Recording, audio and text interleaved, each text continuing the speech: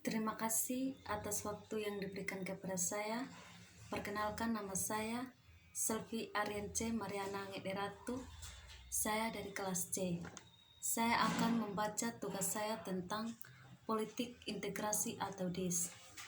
Kebijakan publik selalu berkaitan dengan integrasi antara migran dan non-migran lainnya. Begitu juga dengan masyarakat secara keseluruhan. Integrasi jelas berubah dari waktu ke waktu, dan dengan itu sifat yang tepat dari kebijakan yang dirancang untuk membantu melakukan itu baik pada tingkat individu maupun sosial. Dalam beberapa kasus ini bahkan mempengaruhi warga yang didefinisikan dengan migran yang ditargetkan secara khusus lainnya, termasuk kelompok etnis, kulit hitam dan minoritas dan nasional atau yang kembali ke negara asal mereka sendiri setelah tinggal di luar negeri. Ketenangan yang dibuat perubahan ini diperburuk oleh penarikan pemerintah secara progresif dari dukungan praktis untuk integrasi selama kurang lebih 10 tahun terakhir, dan peningkatan yang sesuai dalam peran kekuatan pasar dan sektor sukarela pun. Kami memahami integrasi sebagai satu kelompok asumsi, praktik, kebijakan dan ceramah-ceramah, norma-norma yang selalu tertanam dalam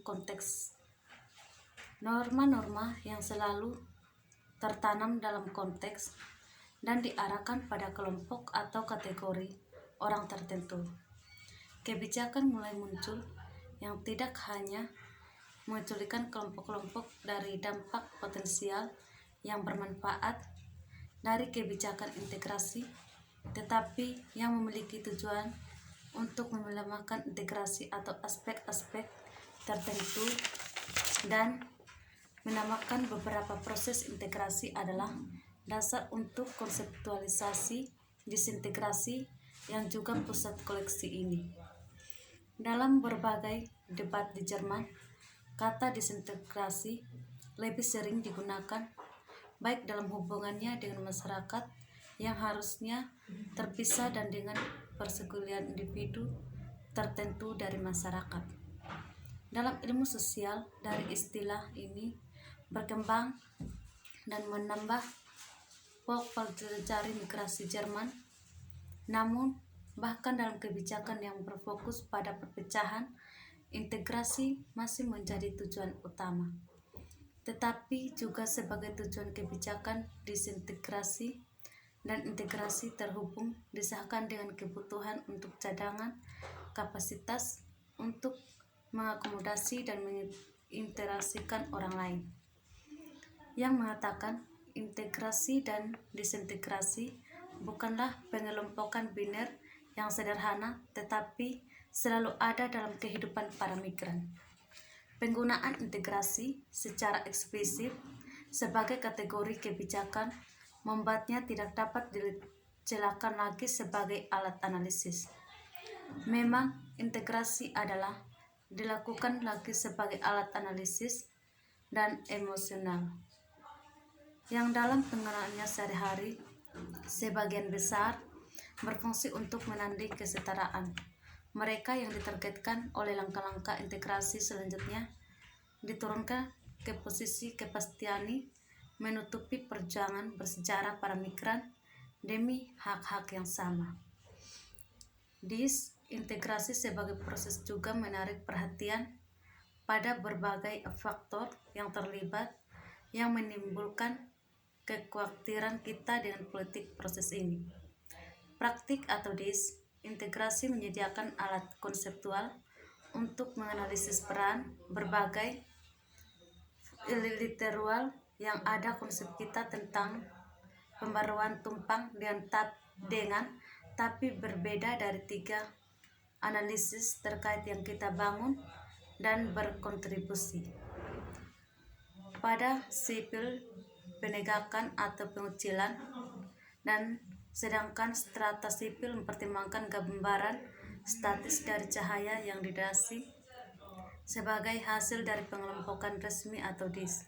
integrasi analisis proses yang melalui hak-hak itu diperoleh atau hilang, dan berfokus pada produksi reduksi, bentuk penyertaan dan ekologi yang mempunyai batas nasional dan kendali DEIK. Analisis ini sudah menunjukkan koneksi yang lebih luas antara proses integrasi dan disintegrasi.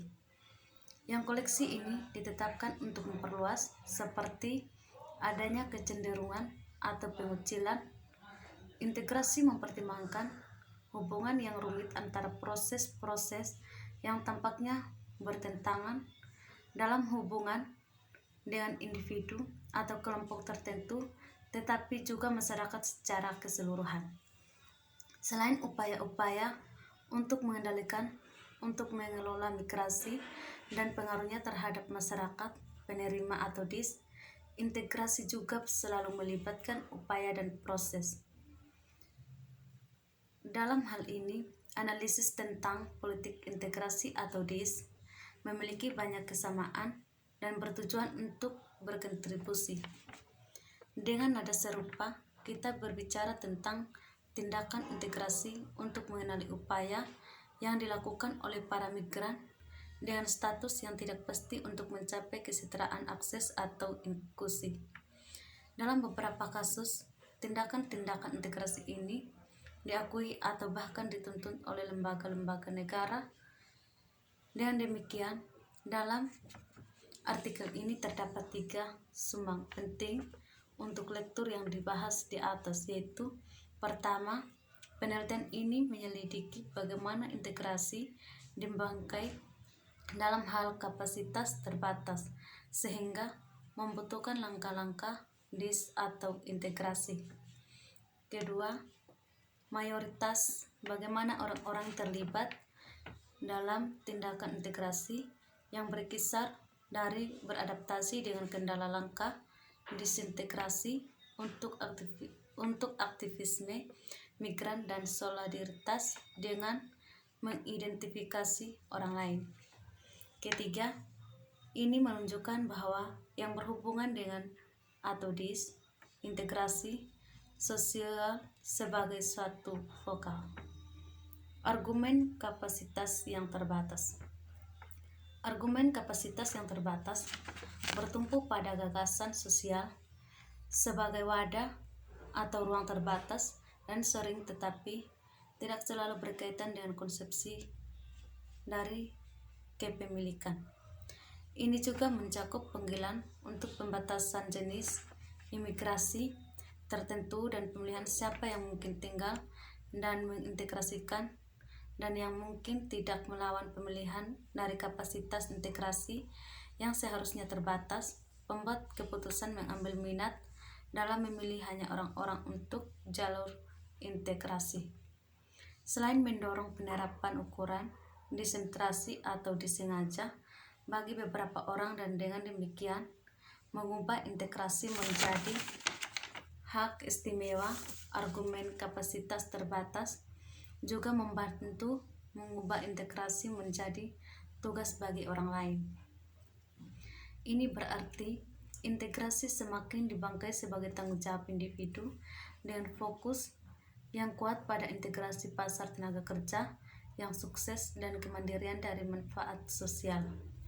Hal ini juga mencerminkan pengaruh dari gagasan biaya kerja, yaitu bahwa manfaat sosial dibuat bergantung pada pelatihan dan kontribusi masyarakat yang terus-menerus dalam bentuk pekerjaan sukarela atau bergaji rendah yang telah mempengaruhi sistem kesejahteraan masyarakat di banyak negara.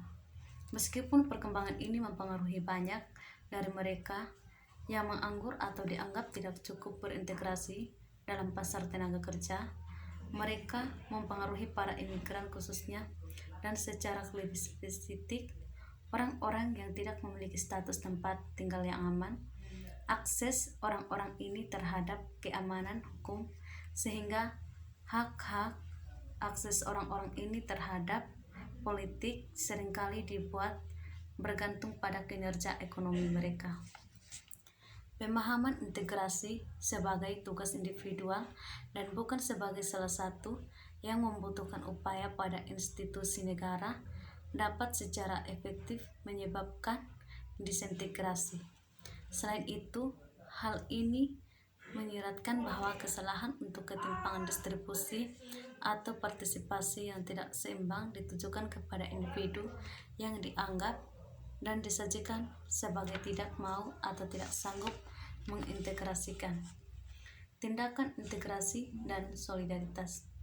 Kontribusi utama kedua dari koleksi ini adalah untuk menyoroti keterlibatan sentral dari individu-individu yang merupakan fokus dari segala bentuk integrasi dalam pemerangan.